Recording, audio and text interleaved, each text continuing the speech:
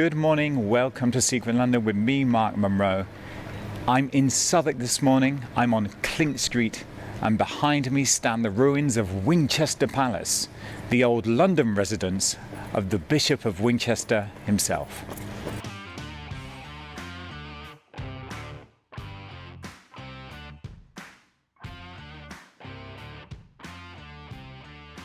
Between the 12th and the 17th century, the Bishop of Winchester was effectively the feudal lord of the manor. He controlled most of Southwark. Not only was he treasurer to the king, but he was also London's biggest pimp, hoovering up huge amounts of money for the diocese and the city. And it was the Winchester Geese that were responsible for the lion's share of that income. So who were the Winchester Geese? Well, the Winchester Geese were certainly not a feathered variety of answer that hailed from Winchester itself. No.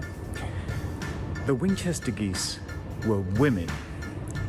They were prostitutes, licensed prostitutes that worked under the liberty of the Clink for the Bishop of Winchester himself. In medieval London, the city tried to regulate the work of the common woman by confining them to particular areas, such as the appropriately named Cock Lane in Newgate. But better still was to keep them outside the city, and hopefully out of mind. The liberty of the Clink was part of Southwark south of the river that came under the authority of the Bishop of Winchester. Because it lay outside the City of London, some activities forbidden in the city were permitted here.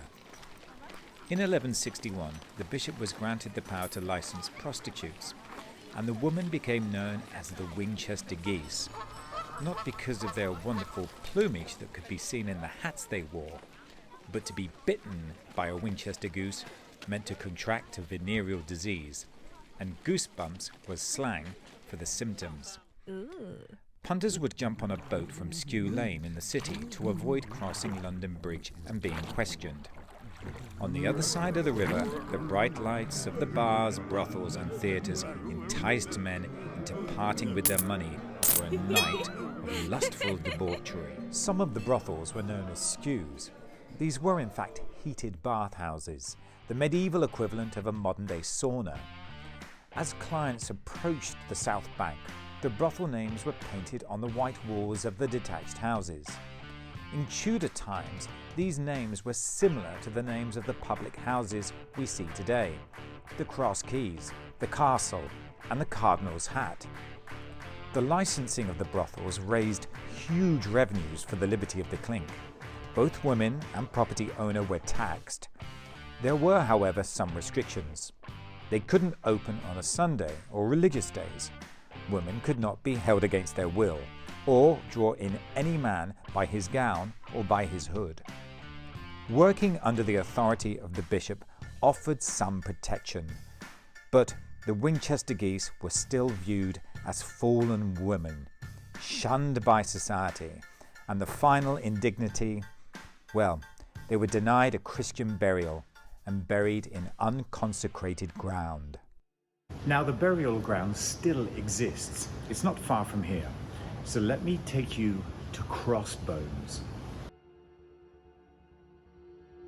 And this is Crossbones, a modern-day shrine to London's outcast dead.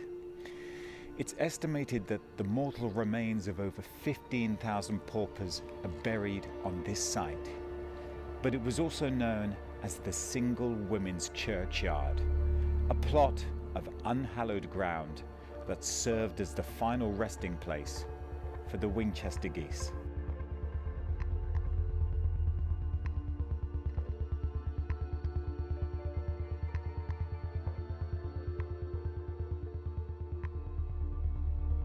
The graveyard itself was closed in 1853 as it was completely overcharged with dead.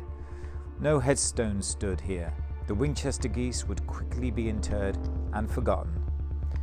Since 1996, John Constable and Katie Nichols have transformed and reclaimed this site into a world-famous shrine and garden of remembrance.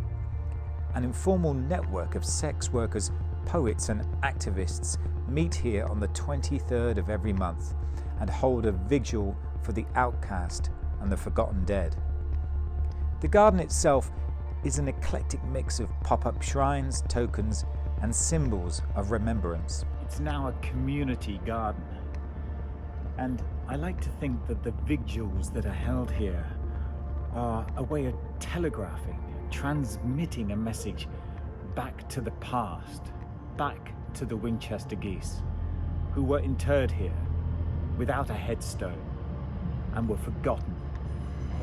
But a modern day community that exists now in London hasn't forgotten.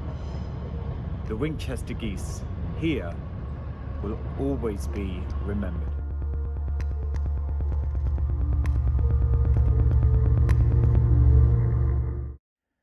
Thanks for watching today's episode of Secret London with me, Mark Monroe. If you enjoyed today's episode, leave any comments down below, hit that thumbs up button, and if you really enjoyed it, why not subscribe? Until next time, stay tuned.